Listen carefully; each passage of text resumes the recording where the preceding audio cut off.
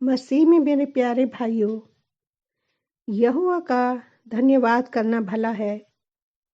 हे परम प्रधान, तेरे नाम का भजन गाना, प्रातः काल को तेरी करुणा और प्रति रात तेरी सच्चाई का प्रचार करना, 10 तार वाले बाजे और सारंगी पर और वीणा पर गंभीर स्वर में गाना भला है, क्योंकि हे यहोवा, तूने मुझको अपने काम से आनंदित किया है और मैं तेरे हाथों के काम के कारण जय जयकार करूंगा। मसीह में मेरे प्यारे भाइयों और बहनों, आज का दिन हम प्रभु के नाम से शुरू करते हैं और प्रार्थना करते हैं परमेश्वर से उन लोगों के लिए जो आज परेशान हैं, दुखी हैं, कर्ज में डूबे हुए हैं। खुदावंद हम सबको और जितने भी लोग इस विपत्ति से जूझ रहे हैं, खुदावंद उन सबको तू परमेश्वर अपनी करुणा और दया दिखा। हम पढ़ेंगे अलीशा और एक विधवा का किस्सा जो कि कर्ज में डूबी हुई थी और अलीशा उसके घर जाता है। भविष्यवक्ता लिखा है 2 राजा 3-4 चैप्टर 1 से पढ़ेंगे। भविष्यवक्ताओं के चेलों की पत्नियों में से एक स्त्री ने अलीशा की दुहाई देकर कहा, तेरा दास मेरा पति मर गया और तू जानता है कि वह यहोवा का भय मानने वाला था, पर जिसका वह कर्जदार था वह आया है कि मेरे दोनों पुत्रों को अपने दास बनाने के लिए ले जाए। अलीशा ने उससे पूछा, मैं तेरे लिए क्या करूं? मुझे बता कि तेरे घर में क्या है।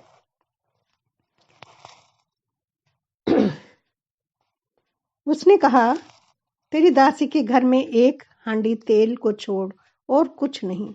उसने कहा, तू बाहर जाकर अपनी सब पड़ोसिनों से खाली बर्तन मांग ले और थोड़े बर्तन ना लाना,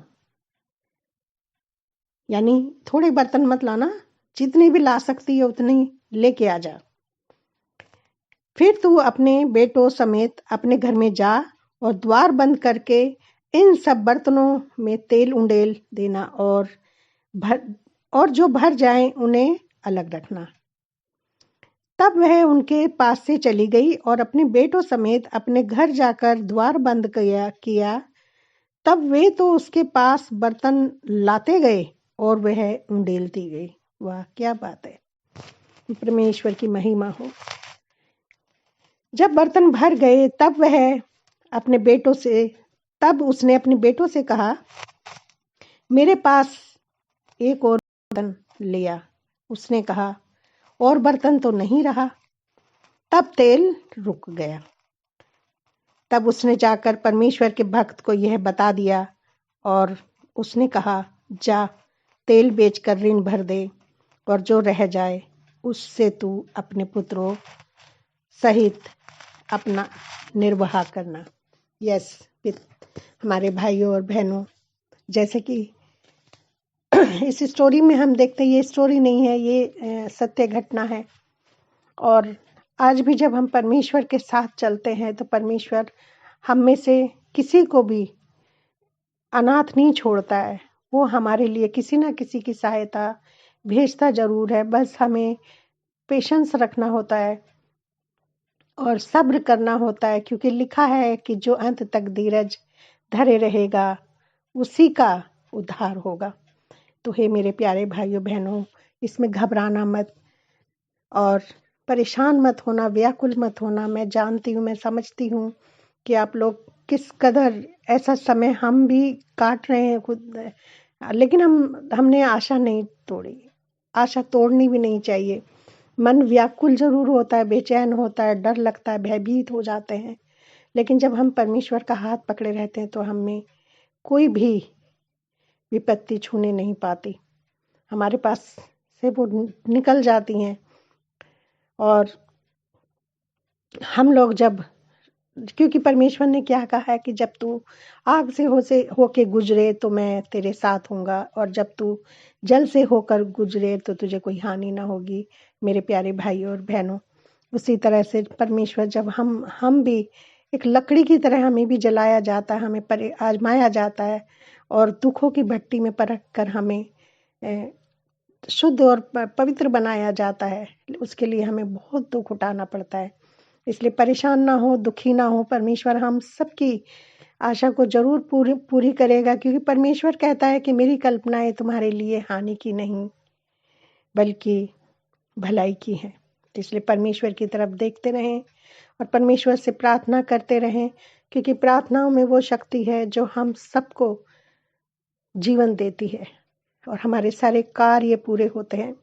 हम अपने पवित्र पिता परमेश्वर, जो अति महान परमेश्वर है, जो सबसे ऊंचा स्वर्ग में विराजमान है खुदावंद, हम उस परमेश्वर से प्रार्थना करते हैं। हमारा भला परमेश्वर जो अच्छा है, बहुत अच्छा है, हम उसकी अच्छाई की प्रतीक्षा करते हैं और प्रार्थना करते हैं। हमारे परमेश्वर, तू जो हम सबके साथ बना रहता है खुदावंद, तू हमारे सब दुखों को जानता है और तुझे पता है खुदावंद कि हमारे साथ क्या हो रहा है। ऐसा नहीं हो सकता है कि परमेश्वर तूने, तेरा ही वचन कहता है कि मैं हमेशा तेरे साथ रहूंगा, तू भयभीत मत हो, ना डर।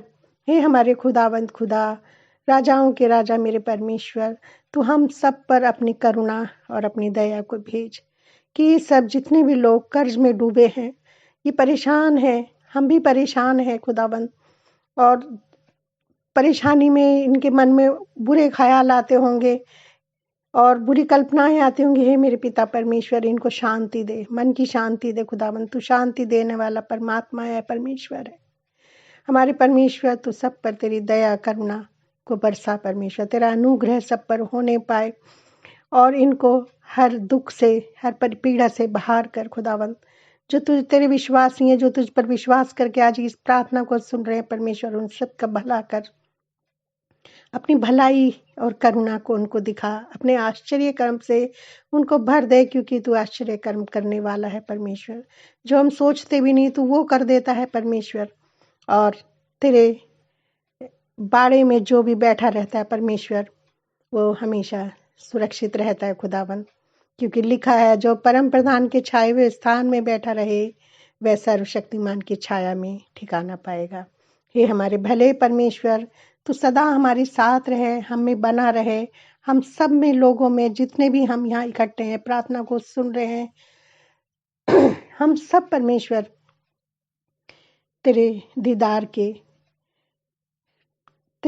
के लिए परमेश्वर व्याकुल हैं, परेशान हैं खुदावंत, चाहते हैं कि तू हमारे से हमें अपनी भलाई दिखाए, हमें एक शब्द कह दे और हमारी आत्मा चंगी हो जाएगी। हमारे परमेश्वर, तेरी भलाई, तेरे भले शब्दों से हम आनंदित होते हैं, हम मुस्कुरा जाते हैं खुदावंत, हमारे होठों पे मुस्कान आ जाती है, हम समझ जाते हैं कि हमारा पिता हमारे साथ है। लेकिन जब तू चुप हो जाता है तो हम व्याकुल हो जाते हैं, परेशान हो जाते हैं। चुप मत रहे खुदावंद हमारे खुदा, हमसे बातें कर, ताकि हम शक्ति में बने रहें, तेरी पावर में बने रहें परमेश्वर। हम टूटे नहीं, हम कमजोर ना हो, निर्बल ना हो, क्योंकि हम बहुत शारीरिक रूप से निर्बल हैं। हमारे पिता, हमारी प्रार्थना तुझे कबूल हो, और जितने भी यहाँ पर सब लोग हमारे सुनने वाले हैं, उन सबको और हमें हर संकट से, हर वेदना से, हर पीड़ा से तू बचा ले खुदावन। और जितने भी लोग हम सब कर्ज में डूबे हैं, आज उन सबको आश्चर्य से भर दे खुदावन, कि इनके काम बन जाएं परमेश्वर, और ये उस पीड़ा से मुक्ति पाएं। हम हमारे प्रभु यीशु मसीह के लहू से सबको ढांपते हैं, और सब लोग जैसे कि तेरे इस निशान को देख के, तेरे क्रूस के निशान को देख के परमेश्वर, हम सब पर उस क्रूस का निशान लगाते हैं खुदावन, कि ये सब शुद्ध हो जाए और उस क्रूस पर चढ़कर यीशु मसीह की देह में एक होकर हर श्राप से, हर दुख से, हर पीड़ा से मुक्त हो जाए। प्रभु यीशु मसीह के नाम में आमीन।